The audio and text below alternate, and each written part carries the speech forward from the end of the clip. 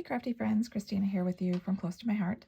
Today we're going to be making this super fun double pouch Ghiradelli square treat holder. As you can see, it holds a Ghiradelli square in there like that, or you could put it in like this. It also has another pouch on the back that you could put a second one, or like we're going to do today, we're going to do a little tag so that we can write something for the recipient on there. So in addition to making this cute little treat holder, we're going to also learn a couple of fun techniques along the way. So let's go ahead and get started. The first thing you're going to need is you're going to need a piece of 6x6 double-sided pattern paper. And as you can see, I'm choosing to use our Summer Vibes paper. It has this fun summer icons pattern on the one side, and then it's got this ombre effect on the back side. So I'm going to do the reverse of this sample one, where I'm going to have the ombre on the outside and the icons on the inside. So grab your paper trimmer and a bone folder.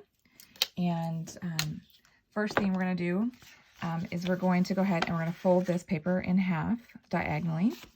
And take your bone folder, get a nice crisp fold there. And then we're going to take the paper trimmer. And the first thing you're going to do is you're going to do a 1/2 inch score line. And we're going to leave it already folded here so that we can go through both of them at the same time. It will take our scoring down to half because we'll only have to do it one time. So what I did is I have it at the 1/2 inch mark here. And then you're just going to go ahead and score that. And then we're going to go ahead and rotate it 90 degrees. And we're going to score it at 2 3/4. So you're going to put that tip of your diagonal there at the 2 3/4. And go ahead and score it. Give it a good score there because you've got 2 layers. Then you're going to move it over and you're going to go to 5 5/8. Again, that little tip there by the 5 5/8. Okay. So now we have all of our scoring done. So you can put your paper trimmer aside and go ahead and open it up. And I like to go ahead and burnish all of those score lines really good with my bone folder, just so that it helps make it easier to fold. So just go ahead and open it up. And if you don't have a bone folder, a nice trick or workaround is just go ahead and fold your paper in both directions. So if you didn't have that, you could go ahead and go the opposite direction as well. That will give you that nice firm fold that you want when doing 3D projects like this. Okay.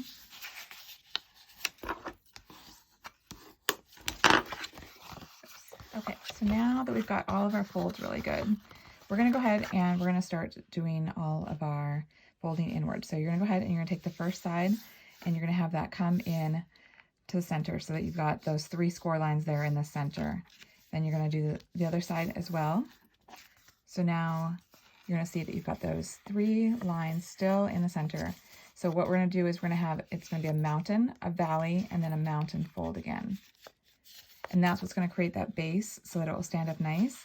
And it shows off the beautiful ombre on the outside and that summer icons on the inside. So now that we've got that together, we're going to go ahead and you're going to take a handheld hole punch and just punch a hole through the 2 layers. So that way we can string our ribbon through. You could go ahead and you could glue these papers down if you want to. I actually don't. Once I start doing it all and I adhere the additional things on there, it stays together pretty well on its own. But if you just want to ensure that it will stay, feel free to do that. So then what we're going to do is we're going to go ahead and I've got a piece of ribbon here that's 6 inches. We're going to go ahead and string this through the hole. And you could go ahead and tie this in a knot if you wanted to, but we're going to do something a little bit different with this today. We're going to take an additional 2 pieces of twine. I've got these at 4 inches, and I'm going to hold these 2 together at the same time. And we're going to wrap that around the ribbon here so that it's right up against the base of the paper. And you're going to go ahead and create a knot with this. So it's right there up at that tip of that paper. And that's what's going to hold the ribbon in place. And then what we're going to do is you can go ahead and trim off the ends. Let's see if I can get my scissors here.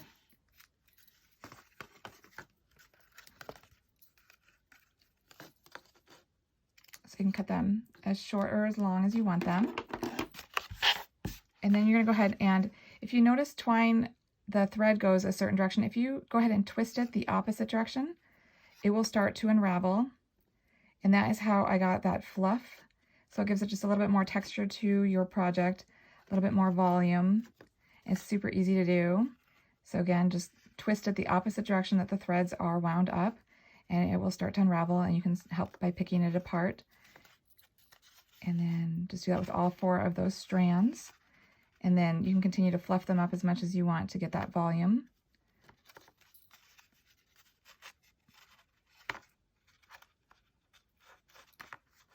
There we go. Just gives another look to it. Kind of a fun way to tie on some ribbon. Okay, so now we're going to go ahead and we're going to do the front sentiment. So what I did is I took our stitched bracket dies. They come with 3 different sizes, and I used our largest and our middle size. So the largest one, I cut the light nectarine color. Our cardstock is 2-toned, with the true color being the darker shade and then a lighter tone. And I did this in the lighter tone so this could be where the message is written.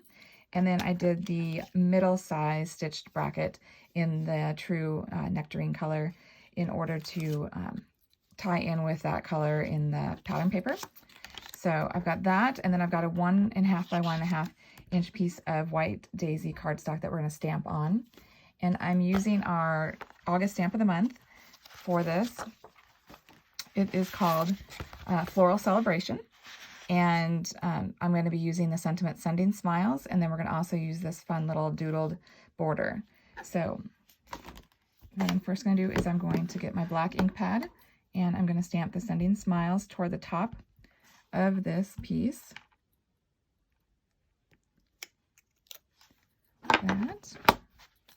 And then I'm going to take our nectarine.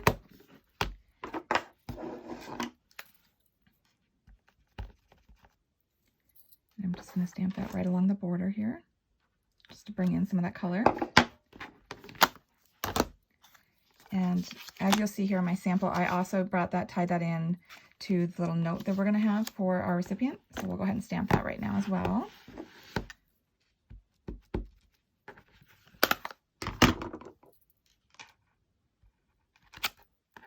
Okay. All right, so then what I did is I wanted to have that soft, rounded look to go with the bracket. You could leave it as a square if you wanted to like that, but I thought it had a nice look to it to round the edges. So I just took a corner rounder and just did all 4 sides real quick. It's just these little details that can make a difference. And then I'm going to go ahead and use our thin 3D dots to give that a little bit of lift.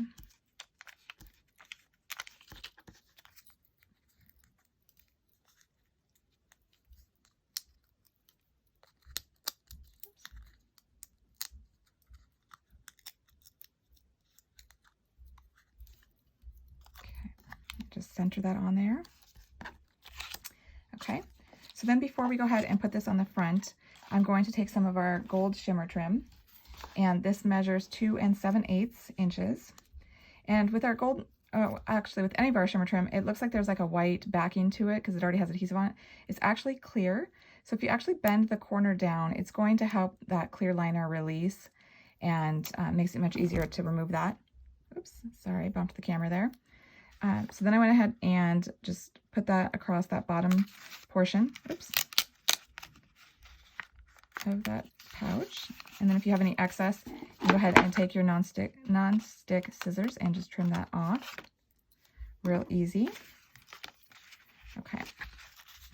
So now we're ready to go ahead and add this. And so I again took our thin 3D foam and I just put it in the bottom corners here of the sentiment of the bracket. So that way I was making sure I didn't get any adhesive here in the pouch portion.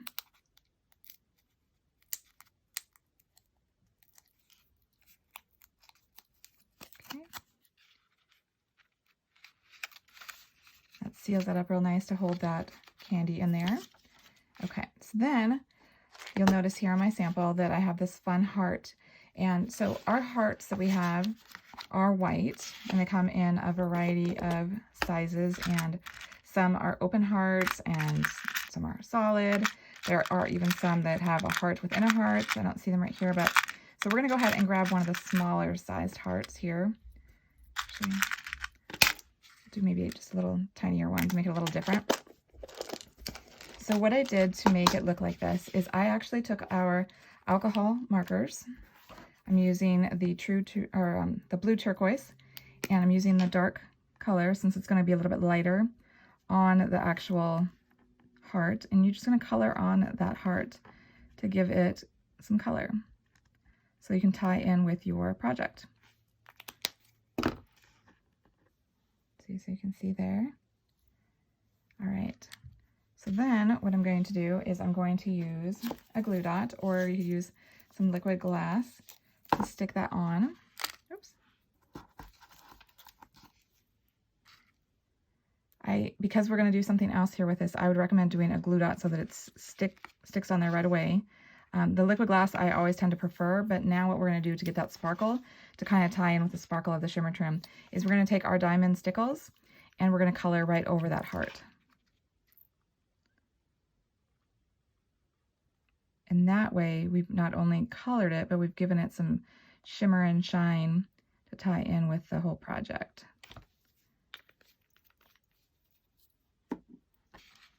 So there you have it. A cute little double pouch Ghiradelli square, or you could even put like little tea bags or some other small treat would fit in here as well. So I hope you've enjoyed it, and until next time, stay crafty.